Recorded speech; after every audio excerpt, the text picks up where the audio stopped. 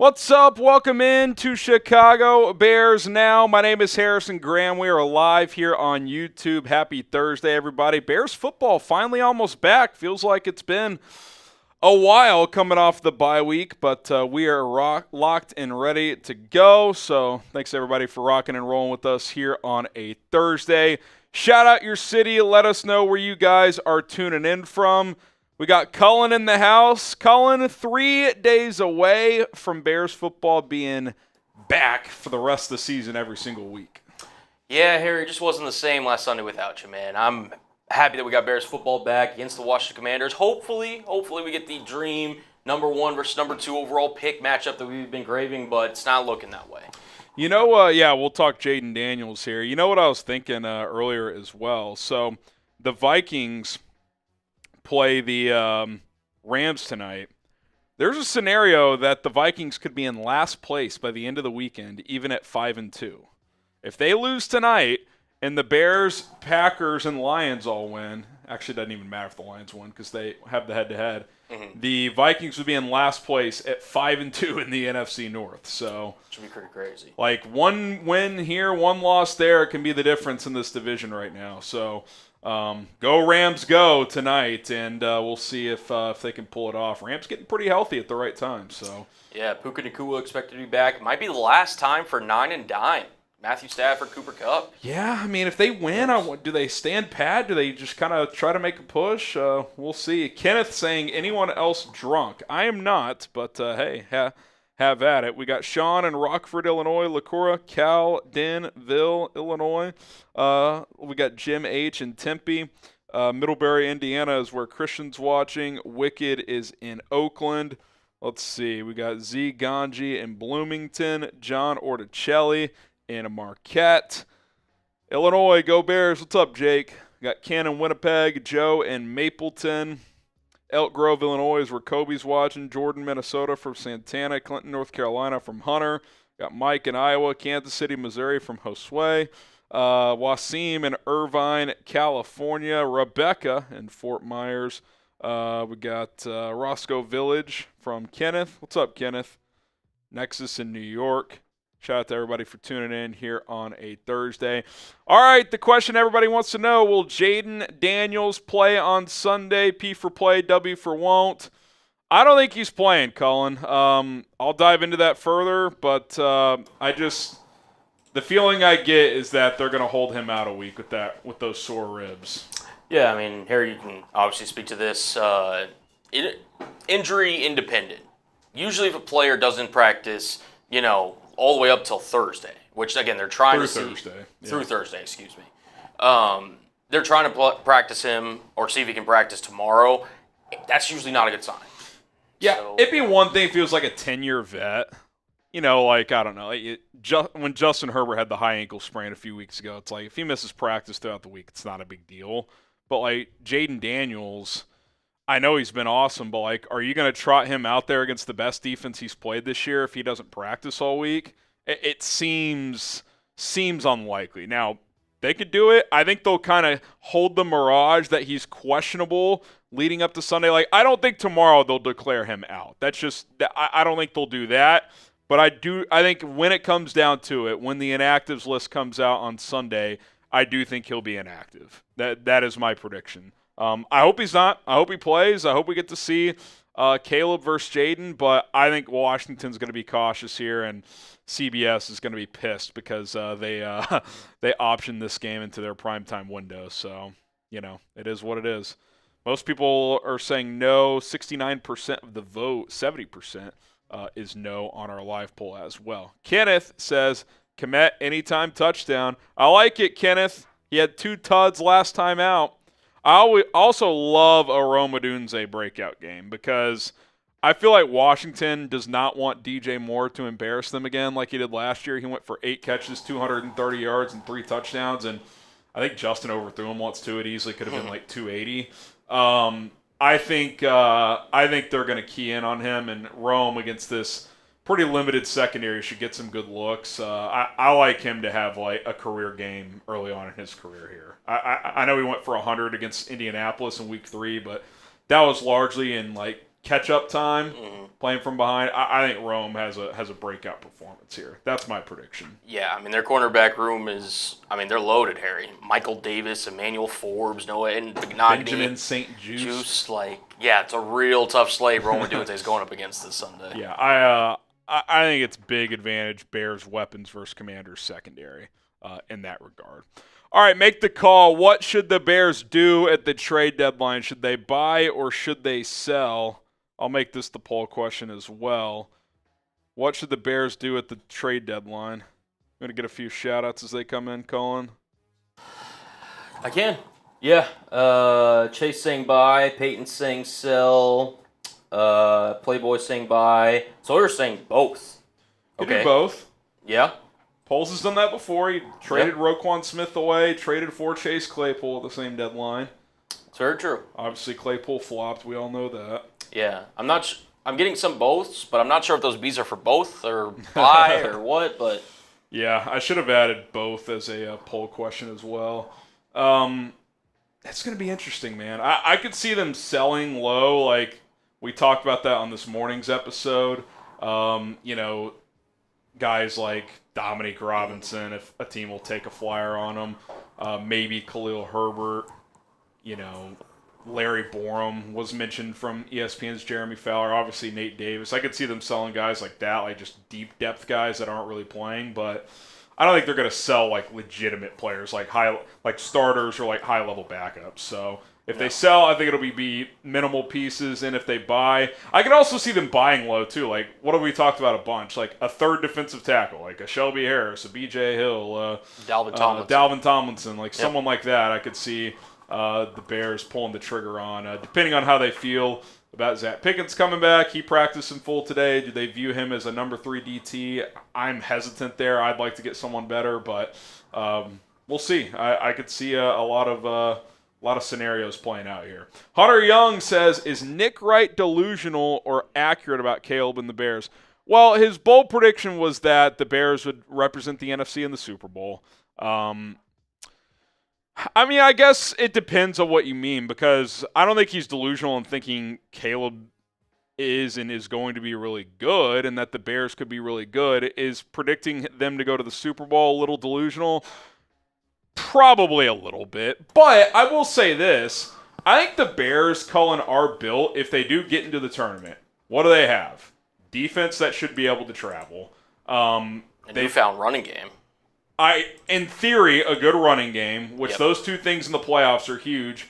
And if you've made the playoffs, that probably means you won your fair share of tough games down the stretch. You'd be pretty battle-tested with a young quarterback. Now, the flip side, it's a rookie quarterback in the playoffs. We've never seen Matt Eberflus as a head coach in the playoffs. Like, there's some unknown there. But I do think, like, roster building-wise, like, this team would be a tough out in the postseason because I don't think you're just going to roll into Chicago and put up 30-plus on them. They haven't given up more than 21 in 12 games. So, if that continues in the playoffs, well, you got to score 20 points to have a chance. So, yeah, you got to get there first, but I do think the Bears are built to be one of these dangerous teams that could win a round or two. We saw the Packers do it last year.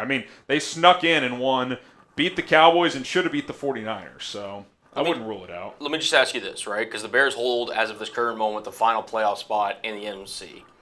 If you're a quarterback or an offensive coordinator, head coach, whatever, and you are drafting defenses that you get to go up against, right? Mm-hmm. How far do the Bears fall down this list in terms of playoff teams? The Lions, the Commanders, Seahawks, Falcons, Vikings, Packers. What do you mean, how far do they fall? So say you're the head coach for Detroit, right? Dan Campbell. If you get to pick your defense that you get to go up against, how far before you reach the Bears? I don't think he'd pick the Bears over any of those teams. That's what I'm saying.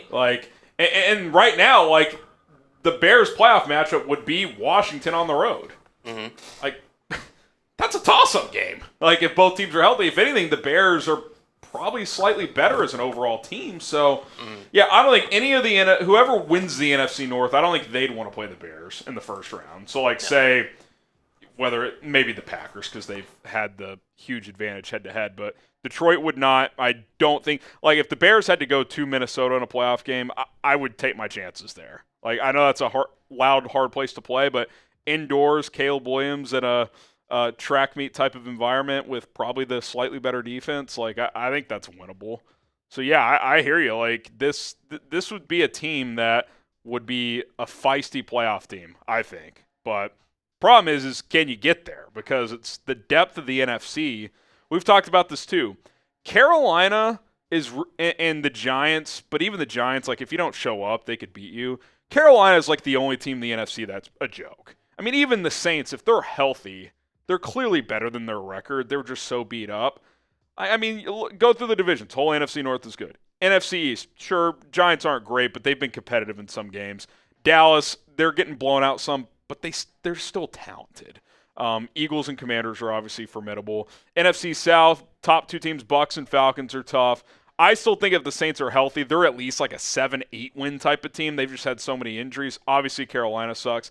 And while the NFC West is down, any of the four teams can win on any given Sunday. We've seen the Cardinals win a couple of tough games here. The Rams, when healthy, I think can challenge anyone in the NFC. 49ers, I still think are very good. The Seahawks have proven they can put up 520 yards against Detroit on the road. Like there's no really bad teams outside of Carolina in the NFC. So the challenge is getting to the playoffs, especially in this division. No, I think that's, easier said than done, making the playoffs and everything. But, yeah, I mean, if they get there, out of those 7 teams that I listed, I would argue the Bears have the best defense. Yeah. And that's something that you can put to the bank. Yeah. So if you have a good defense, you got a shot in the postseason. That's why last year the Chiefs won the Super Bowl, because their defense was dominant, and when they had to, Mahomes made plays. I mean, that's kind of their team now. It's like, ride the defense. When it's crunch time, Mahomes is going to make the right play. I mean, that's really what it is now. So, all right, hit that like button. We got a lot to get into here on a Thursday. Chicago Bears now, lots to discuss, and it's going to be a whole lot of fun to dive into all of this with you. So go ahead and like this video. We'll sneak in a super chat here. Tyler says, we beat the Packers once. It's a happy season. Yeah, I mean, I've said it. If you could just split the division, go 1-1 against everybody, that would put you at 7-5 right now. And then these next 3 games, if you go 2-1, that gets you to 9-6. And then you got to split Seattle and San Francisco. That gets you to 10-7.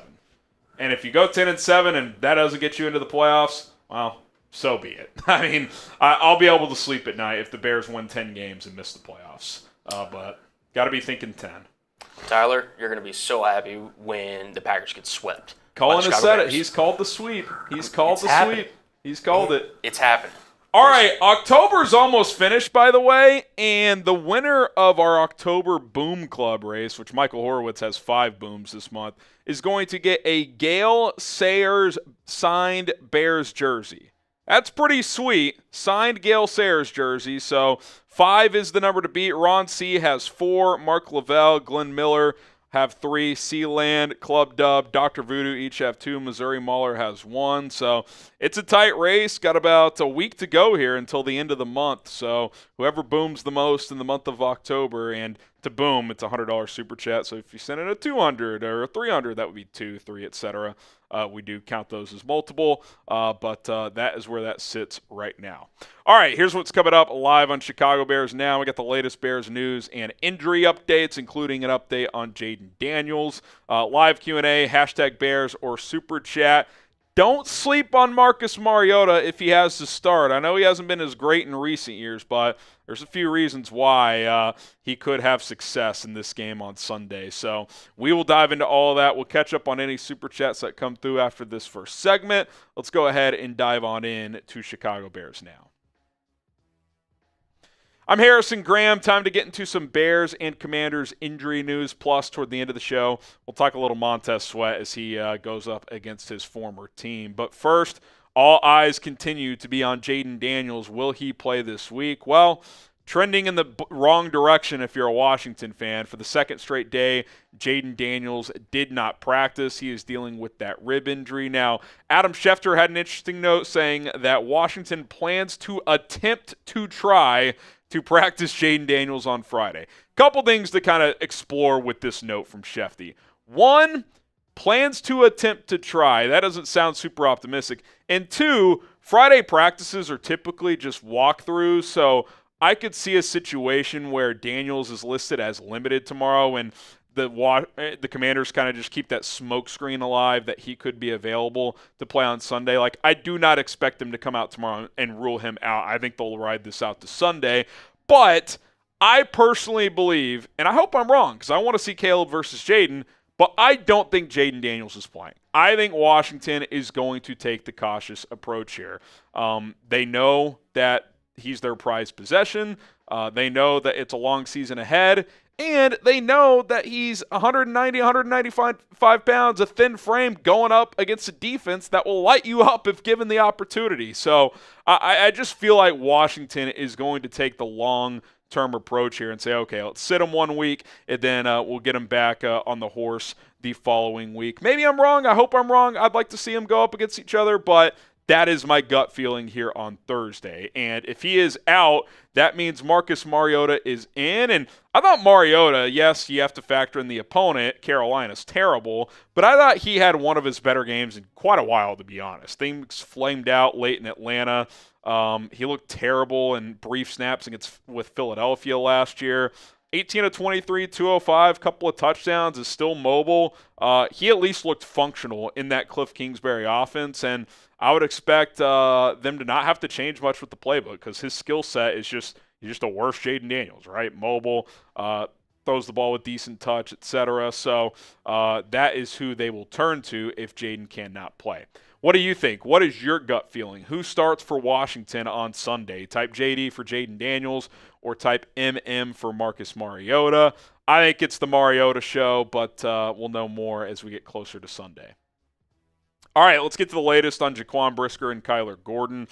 Brisker did not practice for a second straight day as he is in the concussion protocol. I would say his status for Sunday is in major doubt at this point. I don't know, 20% chance of playing. If you're still in the concussion protocol on Thursday, you're going to clear by Sunday. I'd love to be wrong, but if I was a betting man, I would bet he is out this week, which, look, by the time they play Sunday, that means he will be 2 weeks removed from suffering that concussion. So you hope this thing trends in the right direction, but you got to tread carefully here because this is a guy who's had multiple concussions. Kyler Gordon dealing with the hamstring injury.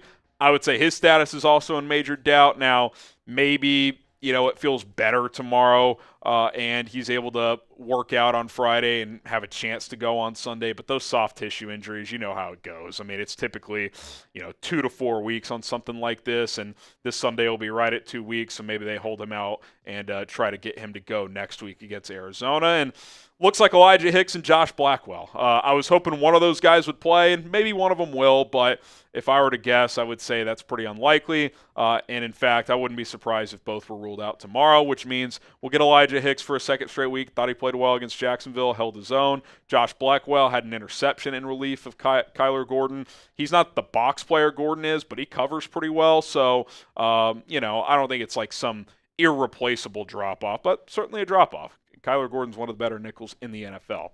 Look at the full injury report here. Marcedes Lewis had his weekly rest day. Did not practice today. Tyrique Stevenson still limited, so keep an eye on that. You really hope he can go, because if not, you're down 3 members of your secondary. So I'm optimistic there, but he's been limited 2 days in a row with that calf. Zacch, Pickens, Terell Smith, both full participants. That's a positive sign. I would almost guarantee Terell Smith is active this week just because your secondary is beat up. Scott Daly seems good to go, the long snapper. And then your 3 players on short-term IR, Larry Borom, Travis Homer, and Jacob Martin, all full participants, which means the Bears are going to have some roster decisions to make with their 53-man roster. You wonder, is the timing of some of the trade rumors coincidence? They got some guys that can come back and some guys they might be willing to move to get those guys back, like Nate Davis out, Larry Borom in, right? Travis Homer in, Khalil Herbert out. Like, the Bears might be looking at this like, okay, we want to activate some of these players, but we don't want to cut certain guys to do it. So 21-day practice windows just started for Borom and for – who is the other one? Not Jacob Martin. Travis Homer. They just started this week, but Jacob Martin's, his started before the London game, so they only got about 5-6 days left on him. So they're going to have to make a decision on him pretty darn quickly. Today's show is sponsored by Mando. Don't be the smelly guy. Use Mando's awesome products, including, by the way, the whole body deodorant, which I've been telling you guys for a long time now. It keeps you smelling good for up to 72 hours. And think about what you could do for 72 hours if you knew body odor wasn't going to be a problem. You could go on a bender. You could, I don't know, run a marathon and still have that odor not be smelling nasty, because no one likes that. Mando is absolutely awesome. I love all their products, and I'm someone who likes to get out and play some golf. And, you know, if I don't have time to go home, take a shower afterwards, just use some of the disposable wipes while on the move, and I am going to be good to go. Mando's products are safe for your entire body, your pits, your package, your feet, everywhere in between. It'll stop odor before it stops. Like I said, you lather on the whole body deodorant everywhere, and boom, you're good to go. Available in 4 cologne quality scents: Bourbon Leather, Mount Fuji, Pro Sport, and Clover Woods. Don't be the smelly guy in your group anymore. Check out Mando's products today, including the starter pack, which is the awesome deal we have for you.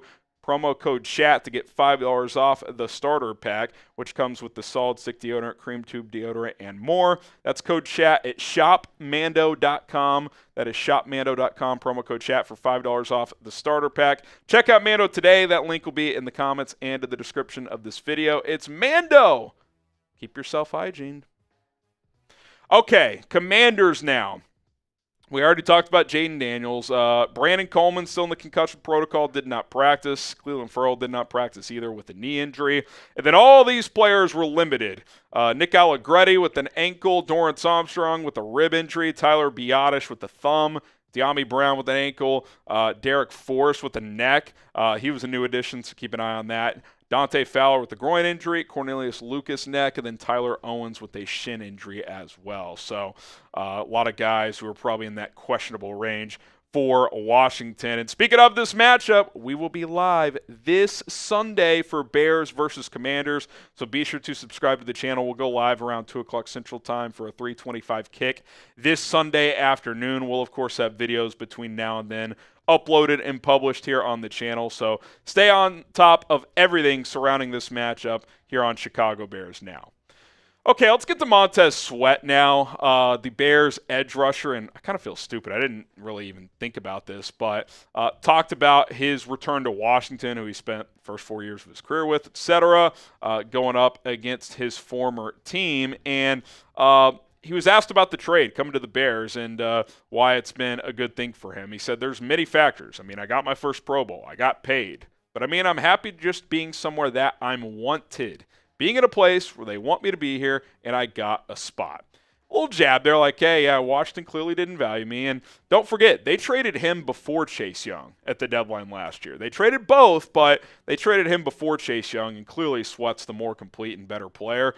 I think he's going to be pretty motivated in this one. He's been good, but not like great this year. He was dealing with a minor injury earlier in the season. I think that probably contributed. I think it was an ankle issue. I think coming off the bye, should be fully healthy. I expect a big game here against a somewhat suspect offensive line that's got some injuries too. So keep an eye on number 98 this weekend. You would think he's going to want to send a message to his former team, like, yeah, maybe you guys should have paid me, and I would not be surprised at all if he put together a big-time performance. Do you guys think Montez Sweat will have at least 1 sack against Washington? I definitely do. Type Y for yes, type N for no.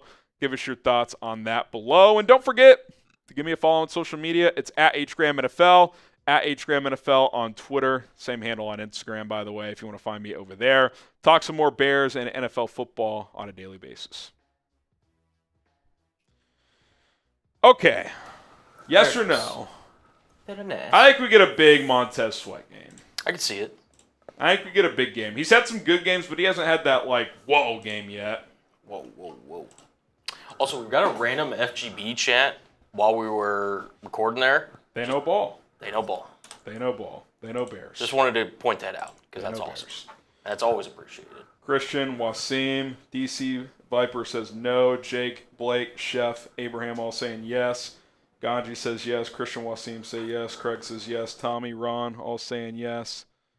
Javon going to get it this week? I hope so. Let's get a big Javon Dexter game. Let's get it. Kenneth How many Pro Bowlers for the Bears? The Pro Bowl is so weird now, it's hard to say, but like, I don't know. Early candidates on the offense, I would actually say none of the receivers so far, just because the ball's been spread around. If Swift continues this tear, maybe he creeps in there, but he started slow, so he probably wouldn't be there right now. Maybe Cole Kmet. He's having a pretty good year up to this point in time. Defensively, I'd say Jaylen is on track to be a lock for a Pro Bowl again. Could you get one of the linebackers in there? I'd say Kevin Byard's tracking to be a Pro Bowler. You've had a lot of like good players, but you haven't, other than Jaylen, you haven't had like the high level type of play from anyone, just kind of solid all around. So I'd say Jaylen is on track to be a lock. I think he's tracking to be an all-pro player again. There was a stat, PFF put this out there earlier today, Colin. In his last 20 games, Jalen Johnson has given up less than 10 yards receiving in 10 of them. So in the last 20 games, he's given up 9 yards or less. I mean that is just shut down. Yeah. That's like no nonsense. I am dominating. So he's been phenomenal. But remember, he's not a top 100 NFL player. That's Just remember that. Just remember. Never forget. Never forget. I'm sure he doesn't forget. Never forget. Yeah, that's tough. That is a tough one. Jacob, are you trolling? Because I hear Harry fine. They're always trolling, man. I'm just making sure. They're always trolling. Fix Mike, something happened. Yo! I don't know. I hear Could be doing that thing again where it's like going through your mic. Yeah, I think it is. But I'll turn me down. we want to hear Cullen too.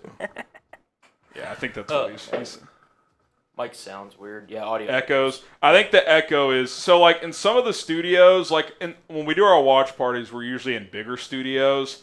Cullen and I are further apart, but in here we're about 5 feet apart. And he has a different mic. He has like what's called a lav mic, and it's probably picking up my voice in there just a little bit as well. So that's what happens.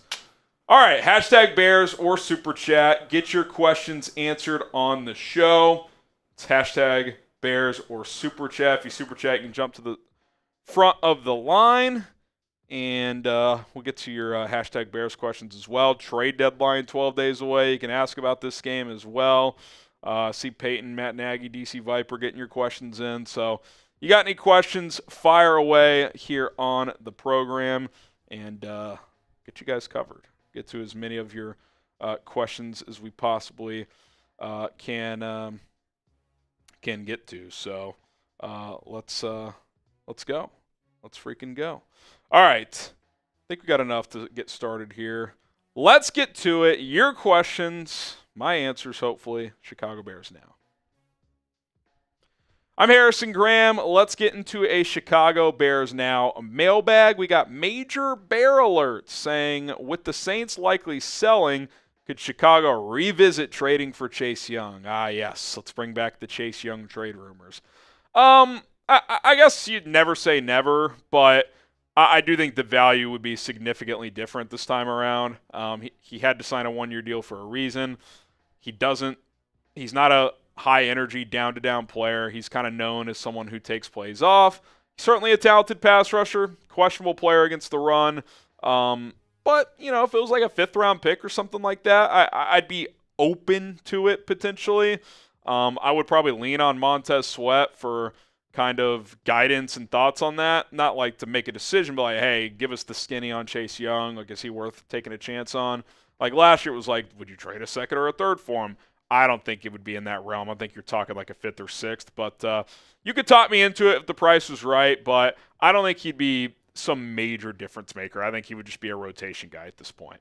What say you? Would you trade for Chase Young, type T for trade or P for pass? If it's cheap, I'd be interested. Otherwise, I'd probably pass. DC Viper, Bears, would a trade for Crosby be similar to the Khalil Mack trade for 2018? Would it cost the same, and would you be comfortable in the trade if it happened? Trying to remember the full details of the Mack deal. There was like 4 or 5 picks involved, a couple coming each way, so it was a lot. I would guess it would be in the ballpark. Maybe you'd get it slightly cheaper since it's during the season, but it would still be significant. You're talking about a first-round pick plus more. I don't know if you'd have to give up 2 firsts, but I don't know, first and a second, or maybe it's like a first, a third, and like a day 3 pick, or maybe it's a 1 and a 2, and you get a pick, like a late pick back as well. Colin, you got it over there? Yeah, it was 2 first-round picks, a third-round pick, and a 6th-round pick. I can't give up that much. That's a lot. Like it would cost a significant amount. Or if it costs that much, that's probably too much. But if it was less than 2 ones, I'd consider it. Frank Sinatra, would you rather see Herbert or Velus Jones traded? Would I rather see? I think Khalil Herbert's the better player, but a weird part of me still thinks that Velus could serve a more versatile role for this team, because I understand why Herbert's not playing much, because Swift is your starter. Roschon's your short yardage utility back. He catches the ball better. He blocks better. He's better in short yardage. Herbert's the better, like, just pure runner. Like, if you had to start one of them, you'd rather go Herbert over Roschon. But as a backup, Roschon fits better. Velus, I don't trust at all, but if for some reason he learned how to catch the ball, you could use him in a variety of ways. So, and he's under contract 1 more year, so you've got more team control. So that's kind of a long way of answering. I guess I'd rather see Herbert traded, but at the same time, if Swift or Roschon got hurt, I'd much rather have Herbert get those snaps than Velus. So I don't know. I don't have a good answer for you, unfortunately. I'll put it this way. I don't think either would fetch much of anything. Subscribe to the channel. We'll be live for a Bears-Commanders watch party. We're trying to take down Jack Sperry and the Commanders Report and new subscribers this week because he was talking trash. And come on, we're better than the Commanders. Make it happen and join us at 2 o'clock on Sunday. Akira, should the Bears be sellers to get more picks in order to be buyers for the trade deadline, like trading for edge rusher Max Crosby, Chuba Hubbard, and O-line help? So the Chuba Hubbard thing, let me just address that first. ESPN linked the Bears to Hubbard as someone they should trade for. Does that make any sense? You paid DeAndre Swift. Chuba Hubbard is a starting caliber running back. So are you putting Swift on the bench? Is Hubbard just a overvalued backup? Like, I don't really understand that at all. And I like Chuba a lot. Like, I think he would, of course, help this running back room, and you could argue he's a better overall back than Swift, but you already paid Swift, and he's playing well right now. So I don't really get that one. I mean, Crosby, we've talked about it. It's going to cost an arm and a leg. I'm open to it. I'm not sure the Bears are. O-line help, sure. If there's a guard out there like a Wyatt Teller who's eligible to return from IR, he had his practice window open with Cleveland. Maybe they can get him for a late day 3 pick. Defensive line and offensive line are areas I would look for, but without forcing the issue too much. Angry Bears fan, who are the extension candidates coming up during the season or after? Well, the ones during are like the Keenan Allens, the Tevin Jenkins, trying to think of another one. I mean, I guess you could already extend Kevin Byard. He's been that good, but he's under contract 1 more year. He'd probably just play it out at his age. The ones after the season are all players who are in their 3rd year. Kyler Gordon, Jaquan Brisker, which with his concussions, not sure you would do that right now. You have to wait till the end of the season for those players, but those are a couple of guys that obviously Braxton Jones would be another one. If he has a really strong finish to the year and you like him at left tackle, maybe you could get him at a discount. So those would be some names to explore.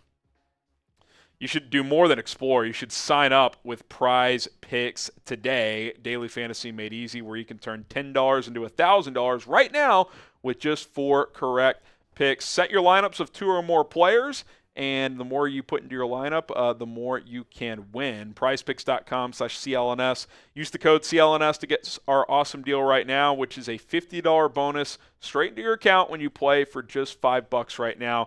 Got to use code CLNS at PrizePicks.com/CLNS. Got a little 2-player entry for Sunday. Going to take more than Caleb Williams, 199.5 passing yards. That's a goblin pick, which lowers the passing total. Easier to hit, obviously. And then I took less on Terry McLaurin, 58.5 receiving yards. I think Jalen Johnson will be matched up on him a bunch. And Jalen has been just dominant for the last year and a half. So I like the Bears in that matchup. So, again, Code CLNS. Play for 50 or get a $50 bonus when you play for just $5. Doesn't matter if you hit or miss on that entry. You will get the bonus, and you got extra money to play with. It's an awesome deal. Best one out there right now for all daily fantasy sports apps. Pick more, pick less. Prize Picks. PrizePicks.com/CLNS. We got Tito. Appreciate the super chase. Is the center from Indy or the guard from KC? Will you take in free agency? How much will it cost? So I think you're talking about Ryan Kelly in Indy and Trey Smith in Kansas City. I'd be in on both. I think Smith is younger, so that's pretty intriguing. Plug and play right guard. Obviously, Nate Davis hasn't worked out. Matt Pryor's been a nice story, but is he a long-term starter? Maybe he's a guy you bring back for cheap to compete for a role. I would be pretty intrigued with just giving Trey Smith a big contract. Now, if you do that, it probably means you don't pay Tevin Jenkins. So, it's kind of a give and take there. Tevin played really well last time out. Hopefully he plays well the next few weeks. But, yeah, I like Trey Smith a lot. He's really good.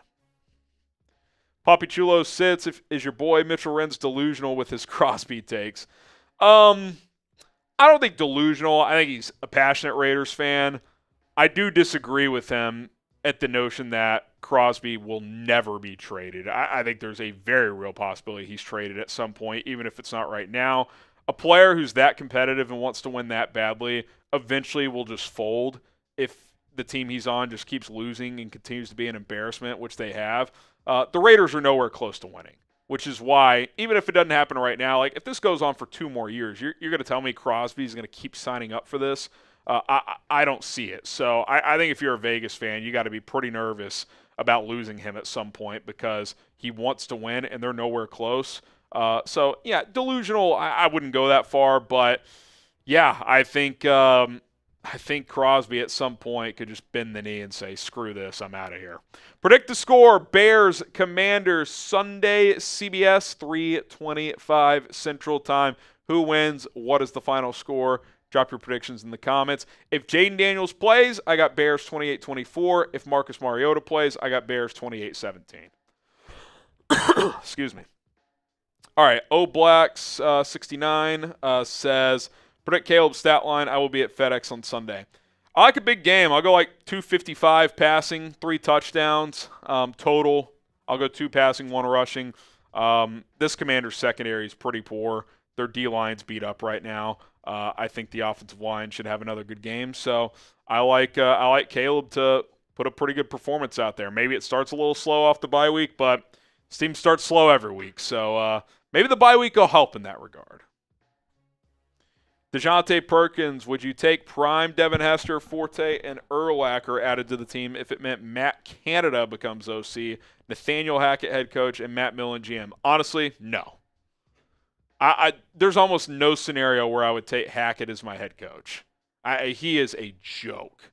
So and I'm guilty of this too. Like we've dumped on Flus fair share here. Here's what I know about Flus though. Players respect him. I'm not saying they do or don't with Hackett, but he in the side of the ball he specializes in, he is objectively very good. Hackett is objectively very bad as an offensive play caller. Like, I can at least trust that Flus is going to have the defense ready. So, yeah, as much as it would be cool to have those guys, I'd rather just roll with what you got. Andrew, how instrumental has Eric Washington been this year in getting this defense to a top-tier unit? It's hard to measure, but the players point to him a lot. I know Montez Sweat talked about him on Thursday. Other guys have referenced him as well. So I don't think it's just a coach with the title. Like, I think he's a legitimate coach on this staff. Flus just calls the game on Sundays. I think he's helped a lot with the defensive line overachieving, which is his specialty. So, yeah, I think he deserves a lot of credit. Do I want him to take over the play calling? No, because Flus is excellent at that. I don't want to mess with that. Adam Downing with the super. He says, I'll be at Alabama Mizzou Saturday. Who you got? First of all, have fun. That should be a good time. I don't know. Logic would say Bama in this spot. Just they've lost 2 out of 3, backs against the wall, but it's not Saban anymore. I'll still roll with the Tide, though, because Mizzou, I don't know if there's any Mizzou fans in the chat. If so, sorry. They might be the most fraudulent 6-1 team in the country. I mean, they got stomped by A&M, and they should have lost like 3 or 4 other times. So big statement opportunity for him, though. They go beat Bama this week. Like, okay, like you found a way to win some tough ones, and now you got a signature win. So we'll see if Brady Cook can play well. He has not played nearly as well this year as he did last year. Give me a follow on social media at HGramNFL on Twitter and at HGramNFL on Instagram. You can hit me up over there. By the way, one note on that Bama-Mizzou game, Luther Burden, the Missouri receiver, is an absolute stud, so keep an eye on him. But, yeah, we'll see how it plays out. Not even kidding. That's immediately where I was going to go. He's a dog. He is so good. I know, like... I like this receiver class a lot. I mean, I know the one last year was very touted, but you've got Burden, McMillan, obviously Travis Hunter. We'll see what he does come draft time. LSU's got another good one. Lacey. Yeah, Lacey's a stud. I like Bond out of Texas. If he goes. Bond is good. He's a burner. The high end probably isn't quite as good as last year. I mean, Brian Thomas is having a great year, and he was like the fourth guy. Mm-hmm. But, yeah, I mean, it feels like every year now, Colin, there's just tons of receivers that can just plug and play and start in the NFL. Yeah, it's very like, I'm not sure when the switch kind of happened, but receivers used to not be as important to an offense, and they've, over the last probably like decade or so, like they've really kind of come into their own. Well, and I feel like they've just, while certain positions take longer now to make the transition because the college game has become so gimmicky in certain like schematics, receivers have, it's like easy for them to transition now. Like Jamar Chase goes pro and he's like a top 5 receiver right away. Same with Justin Jefferson. So, yep. Yeah, it's pretty interesting to watch. I'll get a few shout-outs here, then we'll get to our final segment. Trade up for Luther Burden. They need to trade up for either Will if they're trading up, it better be for a trench player and probably an offensive lineman. Will Campbell. I'm kind of hoping that, like, Keenan Allen just has I want him to have an awesome year, but I kind of hope it's like one of those things where it's like after there, it's like, okay, he's not getting a big contract, and the Bears could just bring him back for like $10 million. Mm-hmm. And it's like, all right, there's your receivers are set again.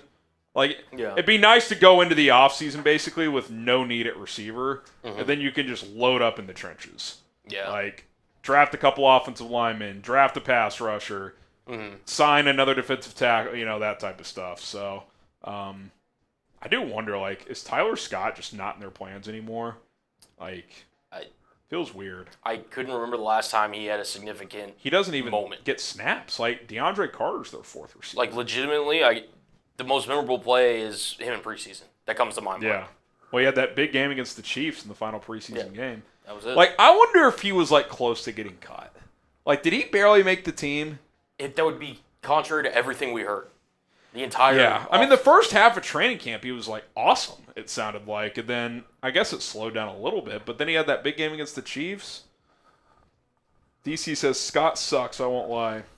I mean, maybe he does. I don't know. Coaches clearly don't trust him, or they just like other guys more. So I'm not saying he's an all-pro, but, like, can you be what DeAndre Carter has been? Well, also, like, you can't have him run, like, 8 go routes a game. It's just not weird. I guess not.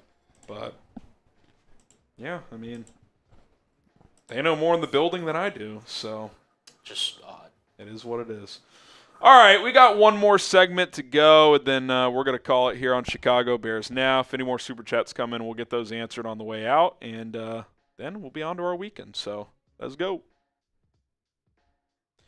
The Chicago Bears cannot afford to sleep on Marcus Mariota. I'm going to tell you why coming up on Chicago Bears Now.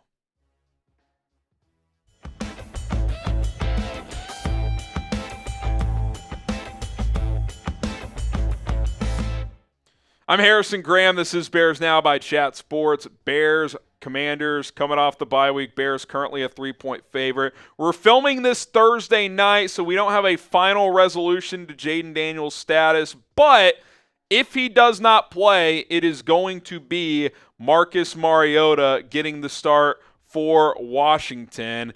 And coming into this year, you would have been like, Marcus Mariota might be one of the worst backups in the league, because if anybody watched that Netflix documentary, Quarterback, when he was with the Falcons, didn't play that well. I don't want to say quit on the team, but kind of quit on the team at the end of the year, goes to Philly, was not viewed highly in that locker room and as a backup quarterback.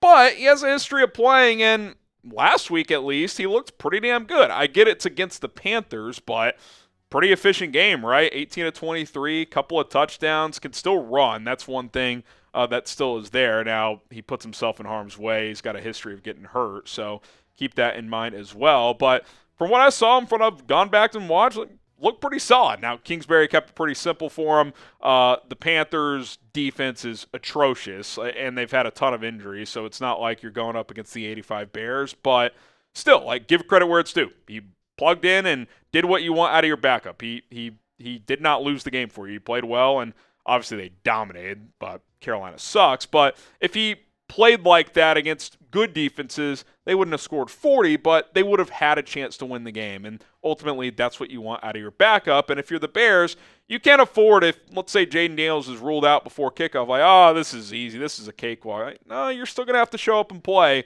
against this quarterback. Be honest, are you worried about Marcus Mariota? Type Y for yes, type in for no. All this being said, I'm not worried about him. I'm just saying he still is capable, whereas sometimes a backup enters the game. Like if you watched the Browns last week with Dorian Thompson-Robinson, it was clear after about 3 passes, like, okay, he is terrible. He cannot play at all. Mariota can play a little bit. He's a little hot and cold, but when he's on, he can make some things happen.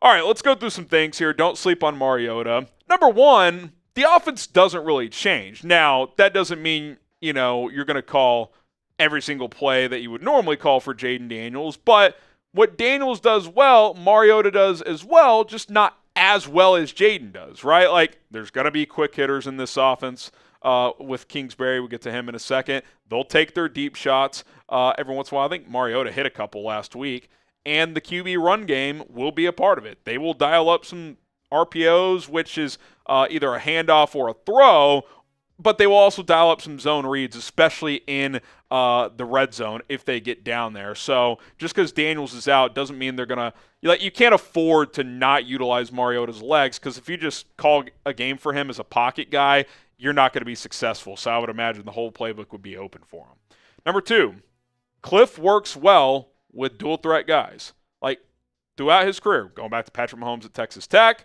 going to Caleb Williams at USC last year, going to Kyler Murray, now Jayden Daniels, Marcus Mariota. Like, he likes guys that can move because, A, their legs are a safety net if a play breaks down, and B, he will call plays utilizing a quarterback's legs. He'll get them on the move. He'll call some designed runs, boots, all that stuff. So Cliff is not going to be uncomfortable calling this game with Marcus Mariota.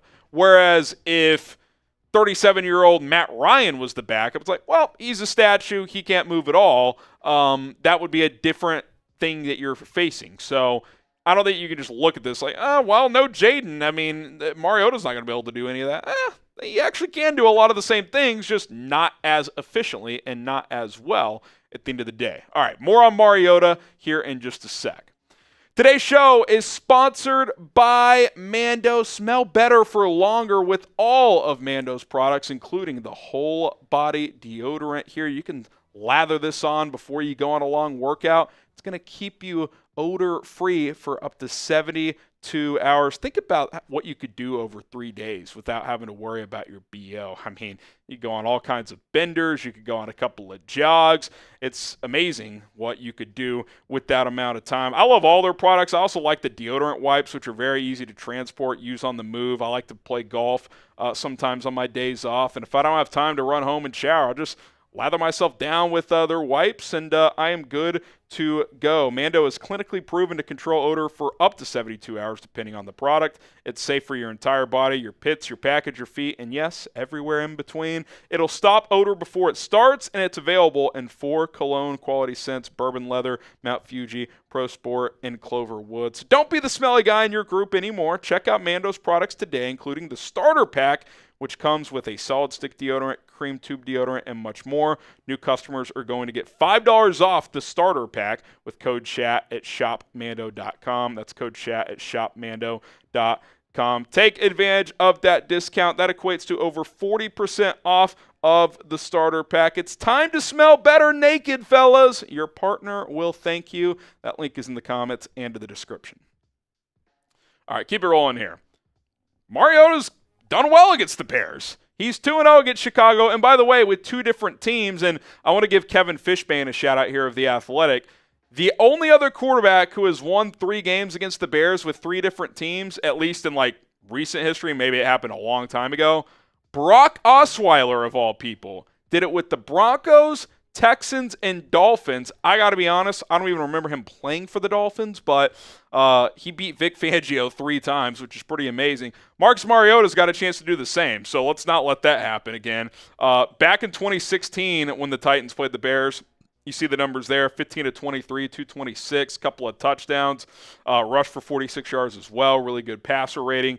A couple of years ago against the Falcons, which is actually the last game he has won as a starter, 13 of 20, didn't throw for a ton of yards, but threw for a touchdown, rushed for a touchdown, passer rating over 100, ran around a little bit as well. He's done well. Like, he has performed well against this Bears defense on a couple of occasions with 2 different teams, and he's been in a lot of different offenses, a lot of different coaching staffs. Like, give him credit for this. He has found a way to stick around the NFL and stay relevant, so he's not going to be intimidated by going into this matchup.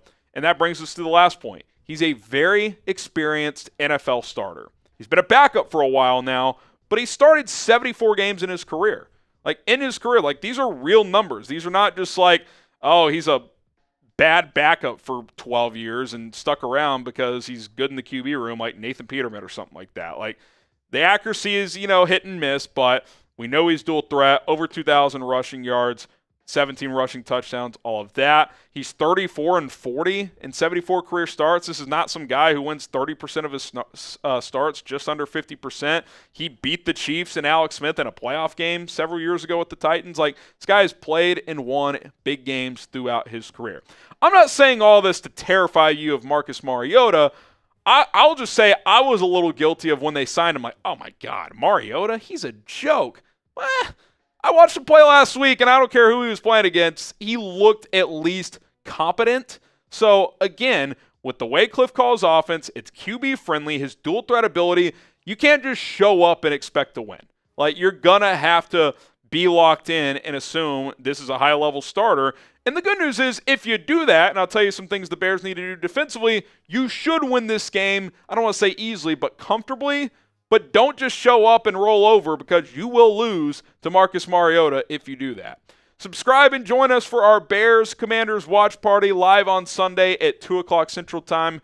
Long pregame getting you ready for 3:25 kickoff. We'll keep tabs of the noon games as well. So rock and roll with us here on Chicago Bears Now. Should be a fun day. All right, so what the Bears must do to not lose to Marcus Mariota if he starts? Well, your pass rush lanes need to be disciplined. That includes Jayden Daniels, obviously, as well. Like, you got to rush with intensity, but with discipline. Like, don't overcrack inside. If they're running zone read action, don't get caught at the mesh point. Like, stay in your rush lanes. Like, this isn't a game where you need to feel like you need to get 6 sacks. It's more important to, like, keep him contained in the pocket. Don't let him get don't flush him out, and make him uncomfortable. And if you make him a pocket passer for this game and he throws for 3 bills against you, so be it. I'll trust this secondary, even if a couple guys are down, to make sure that doesn't happen. Number 2, you got to stop the running backs. And the Bears have been very hit and miss this year. Their last game out, they shut down the Jags. Joe Mixon and the Texans week 2 shut them down. Every other game, run defense has been kind of average. So don't let Brian Robinson, don't let Austin Eckler get 4, 5, 6 yards a carry. I think Robinson's at 4.7 per carry this year. He's been pretty damn good.